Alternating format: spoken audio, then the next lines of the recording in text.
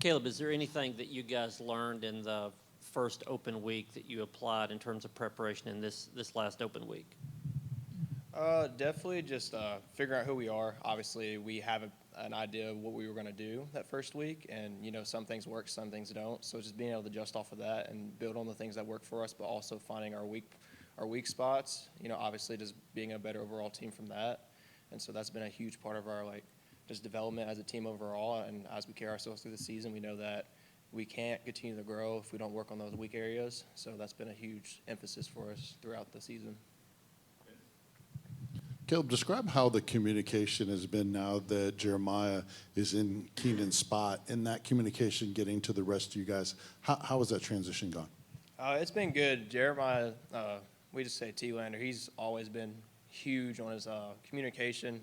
Like we said, even if we're all wrong, we're all right. So just making sure we're all on the same page, always pushing each other. Obviously, Neyland is incredibly loud, and obviously road games, SEC games.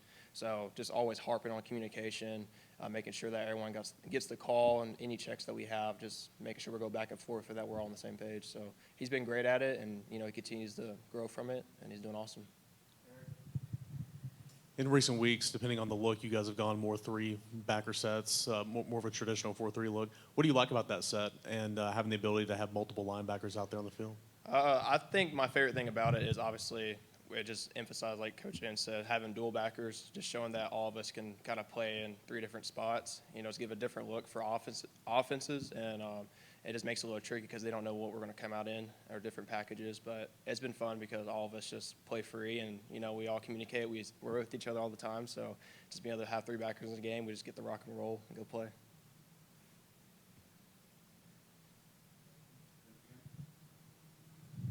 What's Coach Banks like to play for? He obviously has such a different demeanor than some of the other coaches on staff, but what's he like to play for? Coach Banks is one of those guys that you got to get to know on a personal level, but he means business at the end of the day. And but he's someone who truly cares a lot about his players. He's always going to make sure he puts his players first and everything. He's someone who makes sure that he builds on people and not puts them down.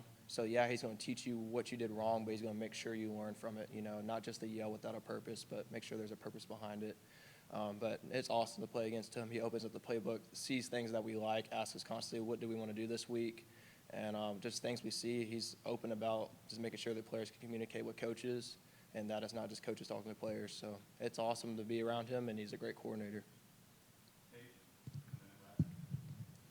How much does being able to hold opponents to under 20 points maybe play into your all's mindset or mantra throughout the week and just wanting to continue to play that stout defense? It's huge, obviously. I mean, when we give up points, we're not satisfied, and it just makes us more hungry. We know that it's just little things that go a long way in a game. So we just can't give the opponents a step. But it has been a big milestone for us, and we're going to continue to harp on not letting up any points and continue to see what we did wrong to even get in that place. But from now, I mean, it's awesome to be, like I said, it's fun to be around. It's awesome. It's great energy. But at the end of the day, too, we know what we need to do and how we're going to go about doing it. So just making sure that we continue to grow from it and not get satisfied with just holding people under 20 points, but trying to get them to 0. So.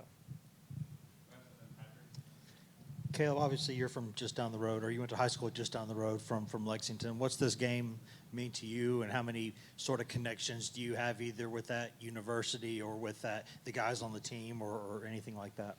Yeah, obviously I've played against a couple of the guys on the UK's team. We're still boys at the end of the day, but it doesn't really mean anything too crazy. It's just another game. Every game we go into is a championship mindset, and we got to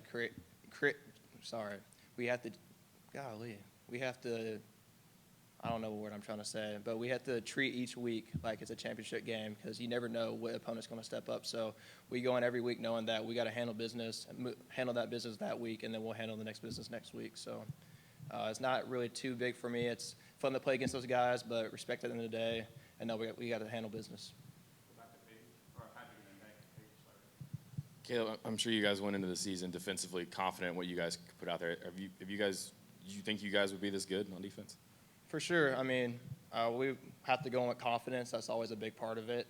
We know our preparation. I talked about last time I talked on here. Preparation goes a long way. We put in a lot of time outside of just what's required for football with just film study and just making sure that we talk to all three levels of the defense. So we knew that coming in that we're going to be a big factor this year, and we don't overlook that factor or underlook it. We just stay, where we're at in our mind and stay present in that moment and know that we got to handle every play one by one and not look at the big picture. What do you know about, or what are you honing in on when it comes to their quarterback and Brock Vandagriff? Great athlete. Like I said, every SEC quarterback is more than capable of delivering. We just got to go in and know his game plan and how he likes to play, his style. And, obviously I know he's a transfer, but he's here at UK for a reason. So we just got to go in and handle our job, stick to our game plan, and adjust whenever time comes or push comes to shove. But good athlete, and we just got to go out and play, have fun.